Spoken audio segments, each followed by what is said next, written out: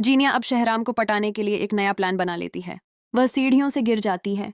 Shahram office से आ जाता है और देखता है कि जीनिया सीढ़ियों के पास गिरी हुई है और इसके सर पर चोट लगी हुई है। शहराम इसके पास आता है और कहता है कि जनिया तुम्हें क्या हुआ है। वो जीनिया कहती है कि फरियाल ने मुझे धक्का दे दिया है, बल्कि हमारे में थोड़ी सी ही लड़ाई हुई थी। मैंने फरियाल से कहा कि फरियाल 3 दिन शहराम तुम्हारे पास रहेगा और 3 दिन मेरे पास, लेकिन फरियाल यह बात नहीं मानी।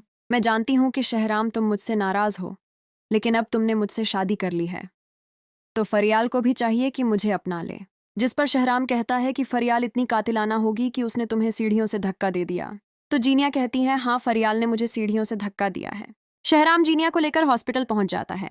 फरियाल को जब इस बात की खबर होती है कि जीनिया हॉस्पिटल में है और शहराम उसे लेकर गया है, तो वह शहराम को कॉल कर देती है और कहती है कि जीनिया को क्या हुआ है, आप उसे हॉस्पिटल क्यों लेके गए हैं। तो शहराम बताता है कि तुमने जीनिया को सीढ़ियों से धक्का दिया है और तुम्हें ही नहीं मालूम कि जीनिया के साथ क्या हुआ।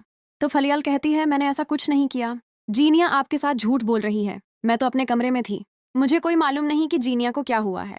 शहराम कहता है कि जीनिया मुझे बता रही थी कि फरियाल ने मुझे सीढ़ियों से धक्का दिया है। फरियाल कहती है यह सरासर झूठ है, मैंने ऐसा कुछ नहीं किया। शहराम कहता है कि उसका सर फिर खुद ही तो नहीं फटा, उसे किसी ने धक्का दिया है तो उसका सर फटा है ना। जिस पर शहरान सख्ती से गुस्सा करते हुए अपना मोबाइल बंद कर देता है। फरियाल उदास हो जाती है कि मैंने ऐसा कुछ नहीं किया और जीनिया ने मुझ पर इल्जाम लगा दिया। शहराम को मुझसे ज्यादा उस पर यकीन है। शहराम को यह भी नहीं समझ आ रही कि जिनिया वही चालाक औरत है जिसने इसका घर बर्बाद किया, इसके वालिदैन पर तरह तरह के इल्जामात लगाए और शज़ का घर तोड़ ढने में इसका सबसे ज्यादा हाथ है।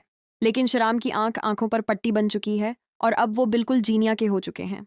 फरियाद सोच लेती है कि जब शरेआम घर आएगा तो वह इससे बात करेगी कि वह उसे तलाक दे दे और जीनिया के साथ रहे।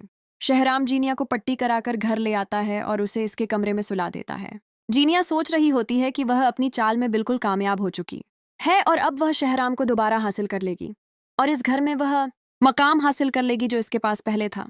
शहराम जब अपने कमरे में जाता है तो फरियाल अपने बच्चे के और